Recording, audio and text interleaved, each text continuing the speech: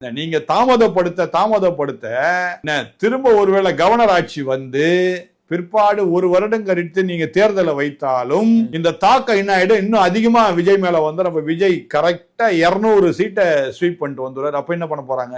இதெல்லாம் சிந்திக்கணும். அதனால மக்களுக்கு சேவை செய்ய வந்துட்டோம்.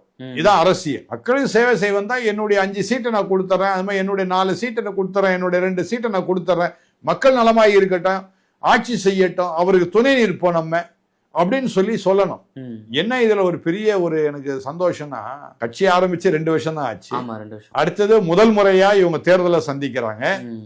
இப்படி இவ்வளவு அதிகமா மக்கள் இவர் மேல பிரியமாய் இருக்கின்றார்கள் சொல்லி நினைக்கும் போது சந்தோஷமா இருக்கு. வேற ஒண்ணு இல்லை. அதனால மற்ற கட்சி தலைவர்கள் இதை சிந்திக்க வேண்டும்.